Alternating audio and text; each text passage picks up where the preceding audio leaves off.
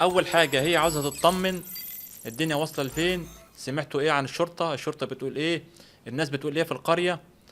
عاوزه برضو تطمن اهلها ان هي ايه، مشاكلها مع جوزها خلصت ومع حماتها طبعا خلصت، وبدات الامور ترجع لطبيعتها، علشان حتى لو هي هتنفذ الجريمه ما يبقاش فيها شك. اليوم اللي راحت فيه عند اخوها كان في تجمع عائلي، اتغدت معاهم. بعد الغداء استدرجت محمد ابن اخوها وطلعت بيه لخارج البيت وخدته على بيتها، بحجة برضو هتجيب له حاجات حلويات وحاجات كده.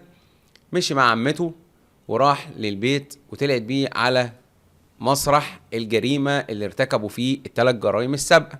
قابلت حماتها أفناد وقالت لها أنا جبت محمد، ويا ريت يكون ده آخر حاجة بيني وبينك، ويا ريت قلبك ده يكون رحيم بيا، أنا عايزك ترحميني، أنا ارتكبت جرائم بسببك. حماتها قالت لها ده آخر واحد، أنت هتموتي محمد وهندفنه زي ما دفنا اللي قبليه، وبكده يبقى انا خدت طار حفيدي، ده هيكسر قلبك زي ما انت كسرت قلبي.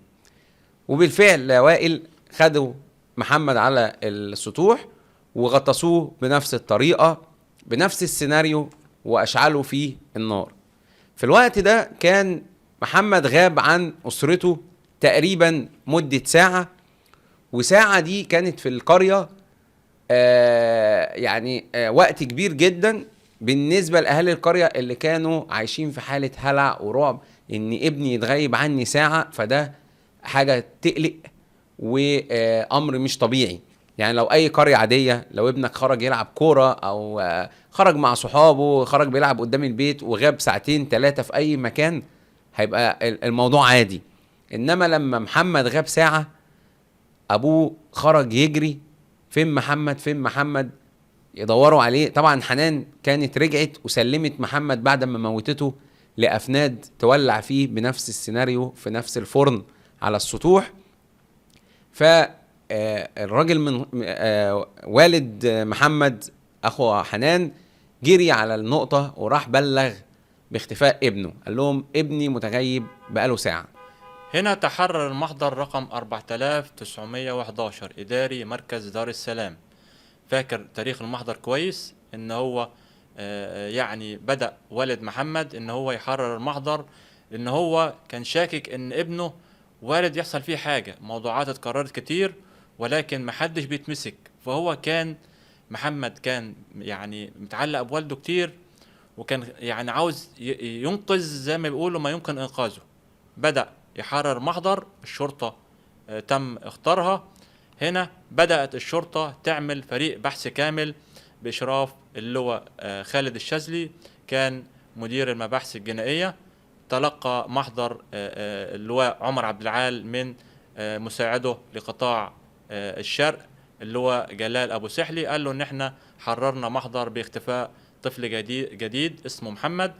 هنا اللواء خالد الشاذلي أمر بتشكيل فريق بحث من قاده اللواء محمود حسن، كان رئيس مباحث المديرية، وطلب من الرائد محمد أبو العطا رئيس مباحث مركز دار السلام في الوقت ده إن هو سرعة الانتقال إلى موقع البلاغ.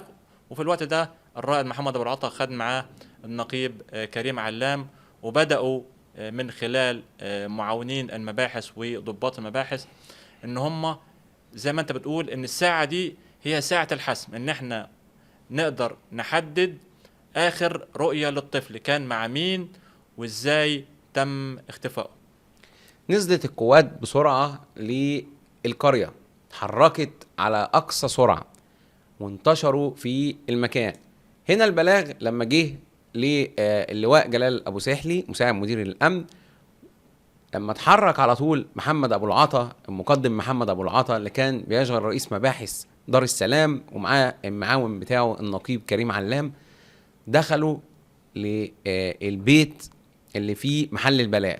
وهنا وائل كان الشيء الغريب والجديد بالنسبة للبلاغات، كل البلاغات اللي كانت بتحصل التغيب من الشارع، يعني واحد بيقول ابني كان بيلعب في الشارع، بنتي كانت بتلعب، ابني كان موجود قدام البيت، كلها بلاغات في الشارع، وكان فريق البحث زي ما قلنا كان مشتت، بيدور هنا وهنا وهنا، فكان في تشتت في فريق البحث. فأول ما جه البلاغ الرابع وتم تحديد نقطة البلاغ، ولما والد الطفل المتغيب قال لهم أنا كان ابني معايا في البيت، فهنا الموضوع اختلف. فإدارة البحث ورجال المباحث قال لك كده الموضوع من جوه البيت، بدأت تحط دي على طرف الخيط كده. بالظبط. انت النهارده زي مثلا ما بتحصل قضيه سرقه من داخل شقه ومفيش حد كسر الشباك او كذا او كذا، فبيقول لك مثلا الشركه دي اللي اتسرقت، يبقى كده من الناس الداخليه اللي جوه الشركه او الشقه، فبيبتدي يفحص مين الناس الداخليه اللي عاملين في الشركه او المتواجدين في الفتره دي داخل مثلا الشقه اللي هي اتسرقت. البلاغ لما جه داخل البيت تم فحص كل عناصر البيت، كل الناس اللي موجوده، مفيش هنا بقى ايه حد خارج يعني يخرج من الاشتباه، لا انا بشتبه في كل البيت، كل افراد العيله. مين كان موجود معاكم، مين كان بيتغدى، والد الطفل حكى فلان معايا، فلان اختي جات لي.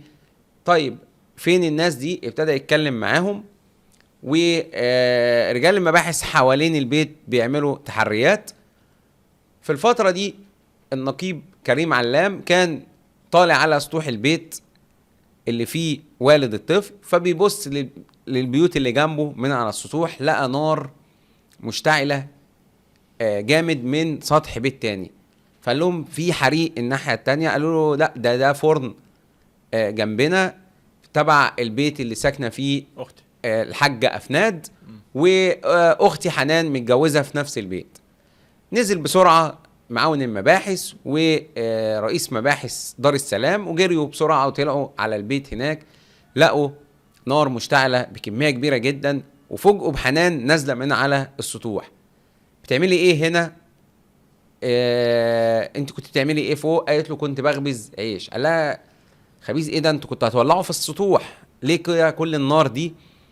فضابط المباحث طلع وتقدم لفوق ومعاه حنان، لقى حنان اوائل مرتبكه في وهي بتسئل، مرتبكه ويمكن كمان عرقت من الحركه، طالعه بسرعه ونازله بسرعه، وشها بيتصبب منه العرق ومخطوفه. فضباط المباحث حسوا ان في ايه، في حاجه معاه غلط. فبيبص رئيس المباحث على الفرنه، فوجئ برجل قدم طالعه من الفرن، فرن مشتعله واقفه عليها افناد، والطفل الصغير ابن اخوها الطفل محمد محطوط جوه النار، وللاسف الشديد كان نص جسمه اتحرق محروق، وكانت قدماه الاتنين للخارج. وهنا حصل التلبس.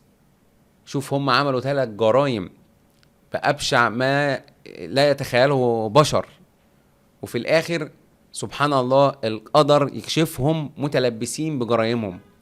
كده محمد تم القبض على أفناد وعلى حنان. حنان في البداية كانت بتحاول تنكر ان هي ليها علاقة بالواقعة، لما الشرطة لقت أفناد هي اللي بتقيد على الجثة فوق، فأفناد قالت لها لا انا مش هشيل القضية لوحدي، انت كنت شريكة معايا في القضية. وهنا تم تبادل الاتهامات، وارشدوا هما الاثنين بالفعل على المكان اللي هما كانوا بيدفنوا فيه الجثث، لتبدأ بعد كده عملية يعني تمثيل الجريمة. كمان كانت المفاجأة مدوية لأهل البلد، 2 عمرهم ما كانوا يشكوا فيهم نهائي ان هم يكونوا ورا الجرائم دي، جرائم ملهمش اي علاقة بيها. واحد مفيش اي خلاف بينه وبينهم يقتلوا بنته، وحد تاني يقتلوا ابنه، وكانت مفاجأة كبيرة جدا كمان لرجال المباحث انه يكون ورا كل العمليات دي. طبعا تم فحص عصابات، خطف الاطفال، فحص مش عارف مسجلين كذا كذا وكذا، مفيش اي حاجة وصلوا لها. وكانت المفاجأة انه يشاء القدر وبفضل جهود برضو رجال المباحث ان هم يجوا في وقت مناسب ويكتشفوا الجريمة، ويقبضوا على 2 من عتاة الإجرام. غلبوا ريا وسكينة زي ما قلنا في أول البودكاست، غلبوا رايا وسكينة. يمكن قلنا رايا وسكينة كانوا بيقتلوا ويدفنوا، دول كانوا بيعذبوا ويقتلوا ويغرقوا ويحرقوا وبعد كده يدفنوا. فكان نهاية اتنين مجرمين قلوبهم قاسية، اتنين ما كانش فيه قلوبهم رحمة، رغم انهم سيدتين المفروض يكون قلبهم رحيم وعندهم ابناء، الا انهم ارتكبوا جرائم يعجز الشيطان عن ارتكابها.